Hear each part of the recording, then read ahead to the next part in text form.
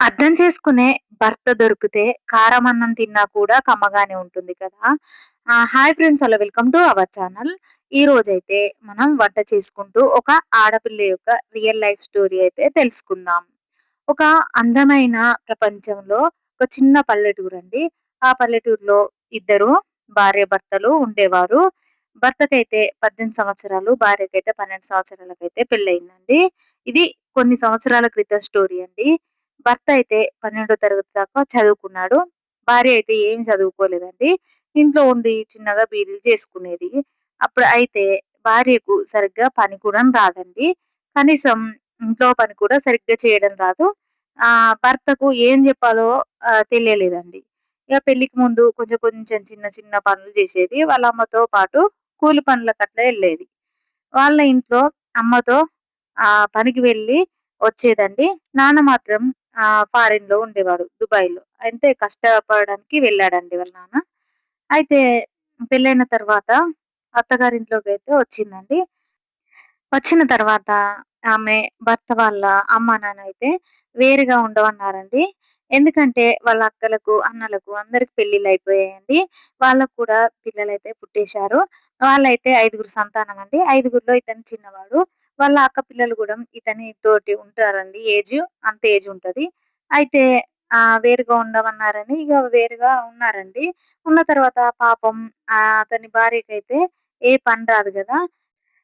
అతను గూడా ఇగ చిన్న వయసన్నట్టే గదండీ! 18 ఇయర్స్ అంటే. ఆ వయసులో గూడా ఇగ చదువయితే బంద్ జేశాడండి. చదువు మధ్యలో బంద్ జేసి చిన్నగా వ్యవసాయం జేయడం మొదలుపెట్టారండి. ఇగ వ్యవసాయం జేసుకుంటూ చిన్న చిన్నగా కూరగాయలమ్ముకుంటూ ఉండేవాళ్ళండి. అందుకే ఇగ భార్యకు పని రాదు, నేను గూడా ఏం పని జేయకపోతే ఎలా బతకాలి అనే ఉద్దేశంతోనైతే మధ్యలోనే చదువు మానేసి చిన్న చిన్నగా కూరగాయలు పండించుకుంటూ మార్కెట్‌కెళ్ళి అమ్మేవాళ్ళండి.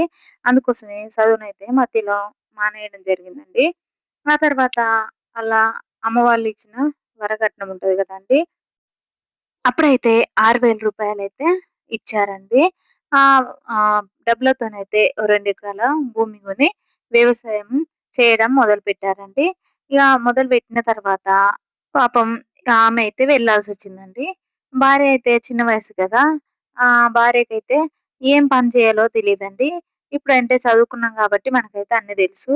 అయితే రోజు వెళ్తున్నారండి. చిన్న చిన్నగా భర్త అయితే పనులైతే నేర్పిస్తున్నాడు. ఒకరోజైతే ఇంటికైతే భర్త మటన్ తీసుకొనొచ్చిండండి. మటన్ తీసుకొనొచ్చి వంట చేయమని జెప్పాడండి.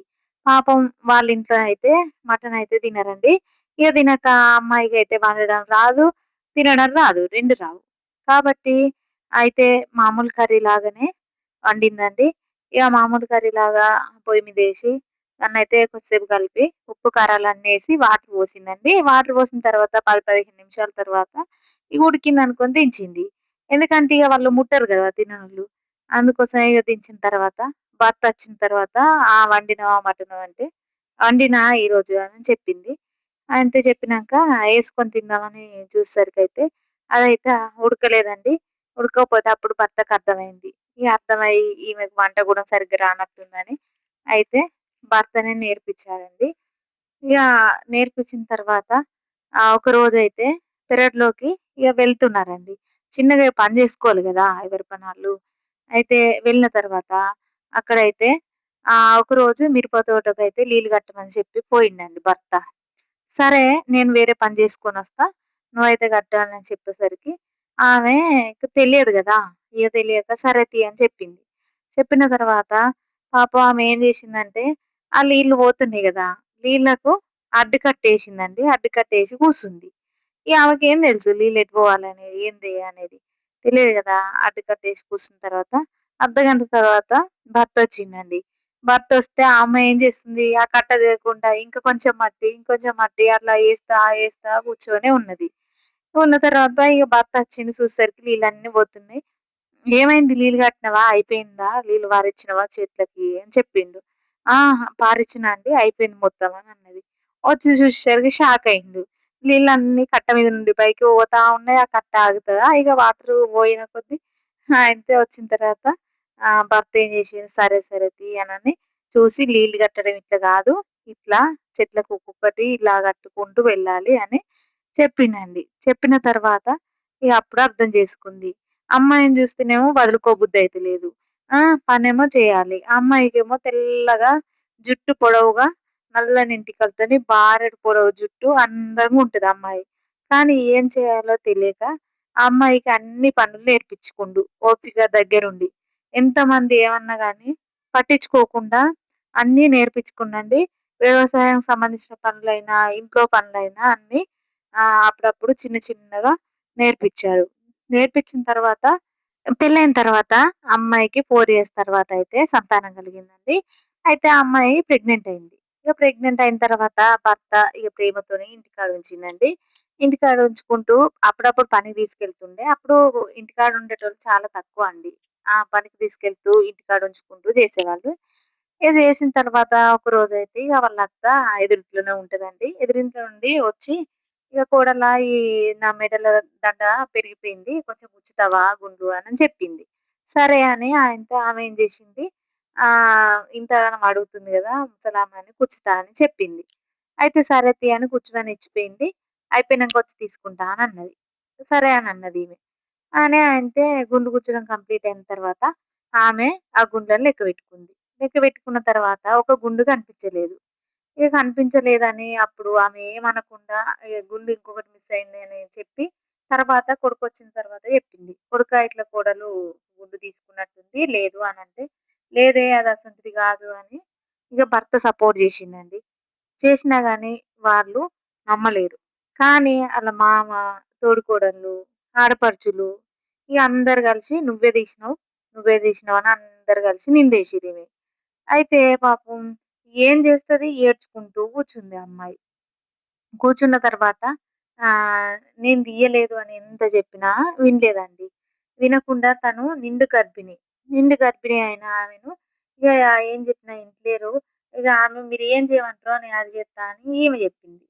అంటే ఇగ చెప్పిన దాన్ని బట్టి వాళ్ళేం చేసిర్రంటే ఆదివారం రోజు పొద్దున్నే సూర్యుడు ఉదయించేటప్పుడు నువ్వు సూర్యుడి ముందట నిలబడి ఆవు పేడ చేతిలో పట్టుకొని ఇగ ప్రమాణం చేయాలె. నేను తీయలేదని అని అన్నారండి. అంటే సరే తీ అని ఆమె ఒప్పుకుంది. ఎందుకంటే ఆమె చేయలేదు గదా తప్పు.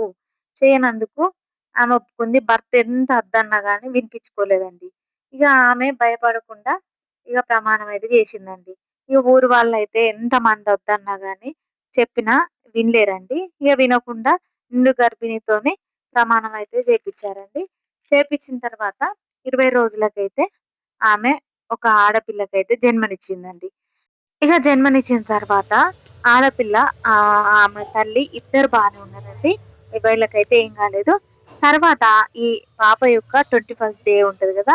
21st డేకైతే వాళ్ళ తాత, వాళ్ళ మేనత్తలు, వాళ్ళ బంధువులందరూ వస్తారు గదా! ఇగ వచ్చిర్రండి. వచ్చిన తర్వాత అయితే అమ్మాయిని చూసిర్రు. 21st డే అయిపోయిన తర్వాత ఇంటికెళ్లారండి. ఇంటికెళ్ళిన తర్వాత ఇలా తాత ఏం చేసిండు, ఇంట్లో ఆవులకు, గేదెలకైతే మేత వేయడానికైతే అది గడ్డి గుంజుతుండండి. గుంజుతుంటే కాలు జారింది. ఆయనతో కింద పడ్డాడు. కింద పడి విరిగిపోయిందండి. చూడండి దేవుడనేటోడు ఒకడు ఖచ్చితంగా ఉంటాడండి. ఇగ మనం ఎన్ని తప్పులు చేసినా గాని అది రివర్స్ మనకే అయితది. తీయలేదన్నా గాని మీ చేత ప్రమాణం చేయించిర్రు గదా! అయితే అప్పుడైతే అట్లా అయిందండి. ఇగ అదే జరిగిన తర్వాత ఒక 1 వీక్ ఏమో తోడికోడలు భర్త అంటే ఆ తోడికోడలు గూడా ఇట్లే చేసింది గదా! ఇగ ఆ భర్త గూడా బావిలోకి తాడు పట్టుకొని దిగుతుండగా జారి అయితే బావిలో పడిపోయిండండి. ఆ అబ్బాయి కాలు గూడా విరిగింది. చూడండి మనం చేసిన పాపం ఊరికే పోదండి. ఎప్పటికైనా ఖచ్చితంగా జరుగుతుంది. ఇగ తర్వాత కొద్ది రోజులకైతే ఇగ ఆ పాప అయితే పెరుగుతా ఉందండి. ఇగ పెరుగుతుంటే ఆ పాపం వాళ్ళు అత్తమామల దగ్గర వదిలిపెట్టి పని చేసుకునేవాళ్ళండి. ఎందుకంటే ఇంటికాడ ఉంటే పనికి పోకుండా ఇంటికాడ ఉంటే మనకు తినడానికి ఎవరు పెట్టరు గదా! అందుకోసమని పాపం కష్టపడుతూ పని చేసుకునేవాళ్ళండి. ఇగ ఆ తర్వాత కొద్ది రోజులకైతే అత్తకైతే పక్షవాతం వచ్చింది. అంటే ఈ పాప వాళ్ళ నానమ్మకు. ఇగ పక్షవాతం వచ్చినాక కాలు, చేతు పని చేయడం మానేసినాయండి. ఈ వీడియో లాంగ్ అవుతుంది కాబట్టి నెక్స్ట్ వీడియోలో పెడతానండి. ఇంతటితో ఈ వీడియో కంప్లీట్ అయింది. మీకు నా వీడియో నచ్చినట్లయితే లైక్ చేయండి, సబ్స్క్రైబ్ చేయండి, నా ఛానెల్‌ని సపోర్ట్ చేయండి. Bye friends.